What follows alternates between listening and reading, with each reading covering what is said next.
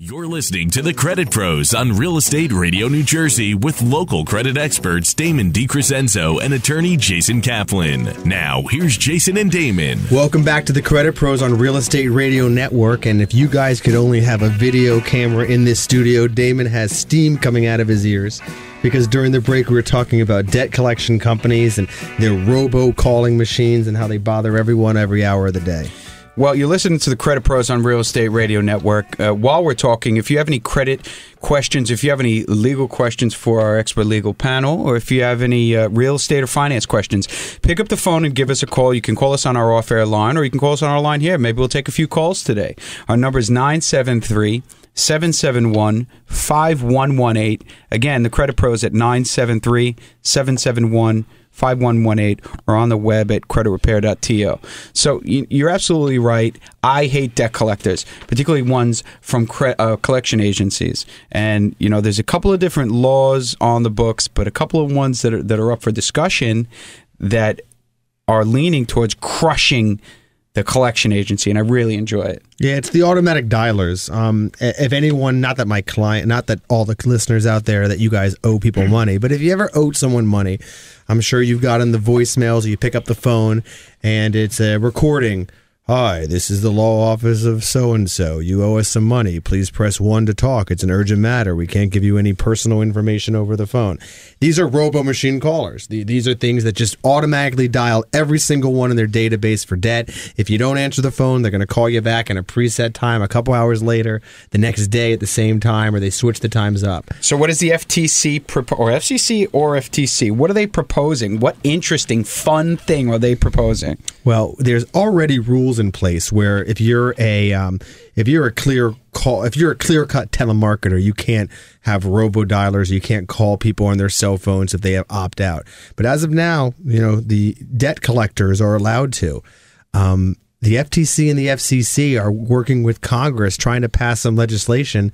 No more cell phone robo dialers at all, unless you specifically, in writing, allow them to call you, which right. I don't know anyone who's going to allow them to call. So let me break that down for you. So what they're saying is, if you have a cell phone, they can't robocall you. But what that also means is this country has gone through a paradigm shift as far as technology is concerned over the last 10 years, and it will continue to go that way. And I think in 10 years, so few people will have landline phones and so many people have cell phones that it will make this means of contact obsolete for them.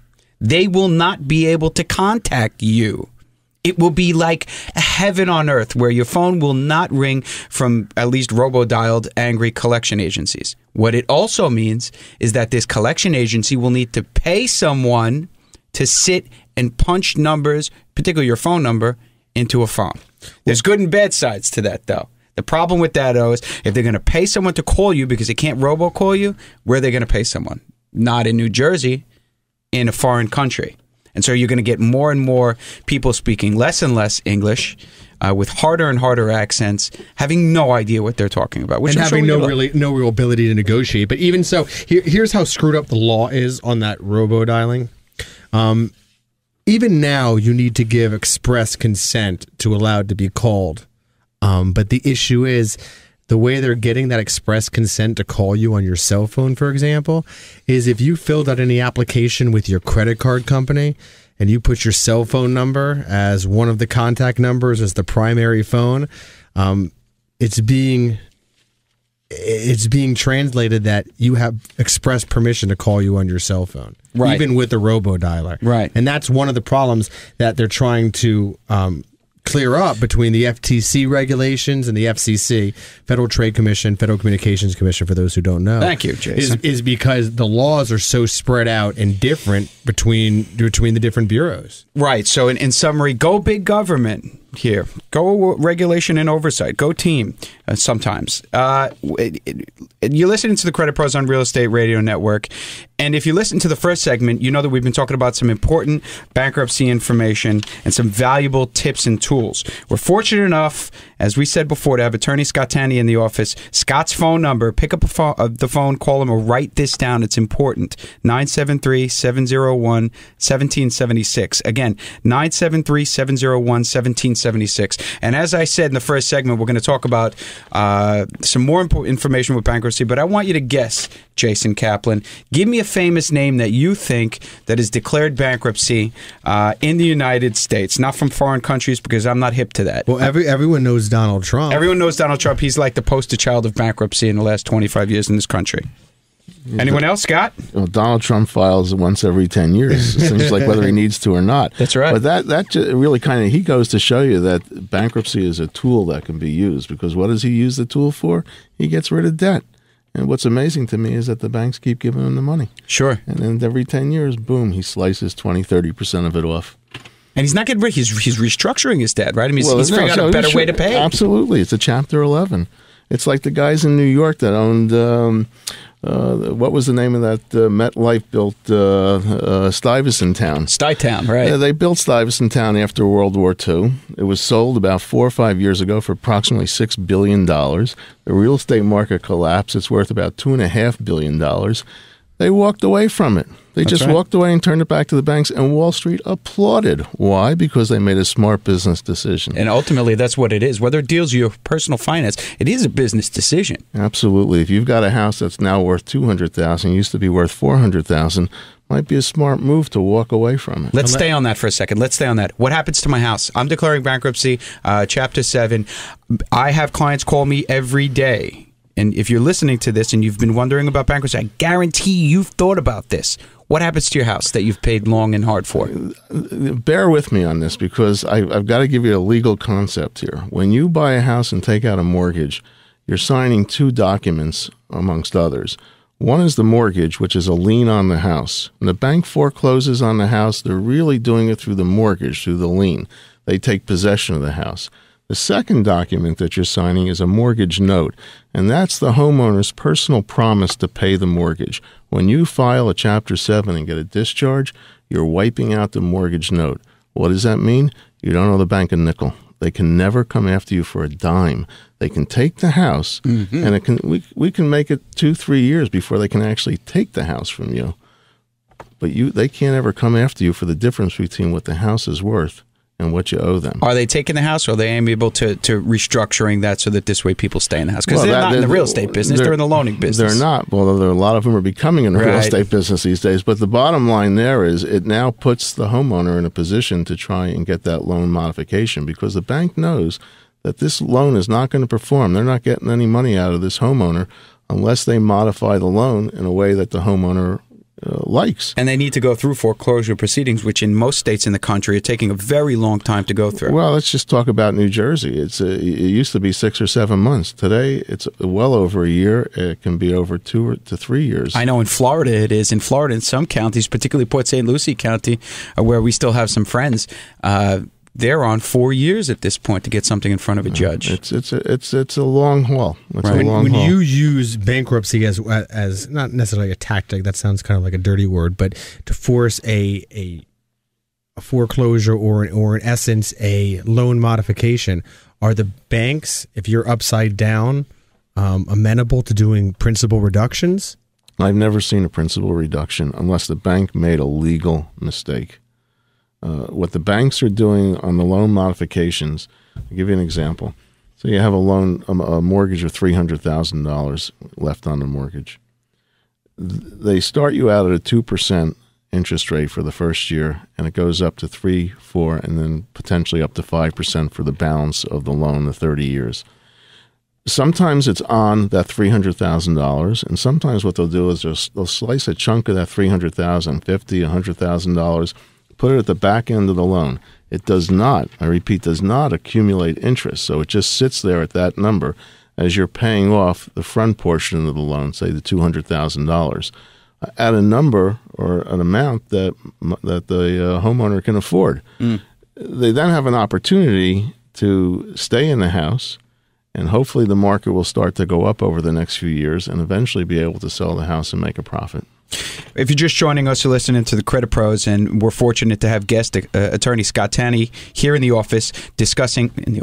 studio, discussing some important bankruptcy-related topics and the importance of understanding your rights as it relates to getting rid of some of this looming debt you may have. If you want to speak with him, I suggest giving him a call on his office line. It's 973-701-1776. Again, attorney Scott Tanney can be reached at 973-701-1776 or at TanneyLaw.com. Here's something that I wanted to talk about because it's obviously what we do all day. Obviously, when somebody declares bankruptcy, they're very concerned about their credit, as well they should be. But not many people are aware of their rights after the bankruptcy and what that means to their credit. I find that when our bankruptcy clients come to us, and if you've declared bankruptcy, I suggest that you let me take a look at your credit report, you will be appalled. You will be disgusted at how many inaccuracies there are on your credit report. And let me be specific. If you've declared bankruptcy, the items that are included in your bankruptcy shouldn't show a balance. I know that sounds very basic, right? Pretty basic. It should state for each debt that was discharged on your credit report, it should say discharged in bankruptcy. It makes perfect sense, except the problem is so many of these debts are not reporting as such. They're reporting with a balance. Maybe it was the old balance. Maybe it's a new one. They're reporting late payments. Let me ask you this. If you've declared bankruptcy, there's something called a bankruptcy stay, right? You can't have a late payment after we've declared bankruptcy, right? If you're in a Chapter 7 unit, you should not have any late payments on your credit report. Is that from the discharge or the filing? From the filing. Here's the problem. I look at credit reports every day that continue to roll late payments. How about collections on existing debts that get sold? New collections from old debts that were included in bankruptcy. Well, I'll tell you what we've done in our office. We started about 2 years ago listing the credit reporting agencies on every petition we file. It's a good idea. That puts them on notice that these clients that these people have filed for bankruptcy. And what it also does is when the client gets discharged, the court automatically sends a notice to Experian, TransUnion, and what's the third one? Equifax. That there's a discharge in bankruptcy. Now the client has the possibility of going after the credit reporting agencies because they're now liable for not noting it in their credit report. Absolutely, and that was the next thing we were going to say. What we do in our office a lot of times is, for lack of a better word, we call it post-bankruptcy litigation. But what happens is anyone can make a mistake. You're not in violation of the law for making a mistake. But like in your situation, if you notify the credit bureaus that there is a mistake and they don't correct it, that's when you get violations. Absolutely right. And if I'm not mistaken, to correct me if I'm wrong, Jason, it's an automatic $1,000 fine if they make a mistake and don't correct it. Absolutely, counselor, plus attorney's fees. So this is why your attorney, if you've dealt with a bankruptcy in the past and you have a bankruptcy on your credit report, the attorney that you work with should have gone through these things with you, because I'm of the opinion that the bankruptcy process does not stop when the transaction is done, when the bankruptcy is closed. Rather, it's a start of a process of your new life, and your bankruptcy attorney should give you good advice throughout. Also, you should be speaking with a credit restoration, either attorney or credit restoration company, to identify the damage and the errors that are on the credit report. And without doing a shameless plug, if someone's to declare bankruptcy and need to get a fresh start, what could be a better start than dealing with Mr. Tanney and myself and getting an award of $10,000 from violations all across the credit bureaus from that bankruptcy filing? Let's talk about that for a second. So the opportunity exists for you, a bankruptcy client, to actually recoup some of the money that you've spent. How? Because of the companies that continue to report the information incorrectly, and if we request that they update it and they do not, then they are liable for damages, right? And those damages, a portion of them, right, in your relationship with the attorney will be a contingency relationship, and they will go into your pocket, right? I'm not an attorney, but that's the way that I know it. Absolutely. Absolutely. So I think that as someone who's entertaining a bankruptcy, or if you've gone through a bankruptcy, it is a real opportunity perhaps to become whole again and from my perspective, to improve your credit situation. And to take it a step further, Damon, not only would you be getting some kind of monetary reward, but most of the time when there are violations on the credit bureaus, whether it has to do with bankruptcy or not, if you can show the violation in a clear-cut manner, especially with an attorney backing, a lot of times they're going to delete that violation as part of their settlement with you. Bonus, bonus, bonus. So on top of getting money from these violators of the law, on top of getting out of debt in the bankruptcy process, we're getting these items deleted from your credit report. And deleted is gone, not to be returned. I'll add another bonus for you as well. One of the things that we do when we file a case is we pull the client's credit report. We use a firm that gives you your credit score at the time we pull it. It also tells us, they also tell us what they anticipate the credit score will be a year out, approximately 8 or 9 months after the bankruptcy is over. Generally speaking, it goes up 100 to 125 points. And the reason for that is by the time people come into the office, they're behind on their bills. They've already been reported to the credit agency, and now the bankruptcy is the first step in the rehabilitation of the credit. Very important step is to check your credit several months. You check your credit report several months after the discharge, so to make sure that everything has been reported, as Jason was talking about before. And if it's not been reported properly, then it's time to take action to make sure your credit really rehabilitates. That's right, because you have rights. As a consumer, you have rights. Don't think that you've been thrown under the bus. And as a matter of fact, if you've been thrown under the bus before, perhaps by an attorney or maybe by a credit repair company, it is a bump in your road. It is not the end of your process. Learn and continue to learn about your finances, your credit, and your rights as a consumer. You're listening to the Credit Pros on Real Estate Radio Network on this lovely Sunday. I want to thank Attorney Scott Tan for joining us. Attorney Scott Tan is going to be sticking around after the break, and we're going to be going through a lot of other different things. But if you want to speak with him about bankruptcy or perhaps loan modification or your specific situation, pick up the phone and give him a call. His number is 973-701-1776, 973-701-1776, or on the web at tannylaw.com. You're listening to the Credit Pros on Real Estate Radio Network. After the break, we're going to have some awesome credit true or false tips, what they don't want you to know, and we're going to get some real deal information about what you need to do. Oh, also, the boards are lighting up.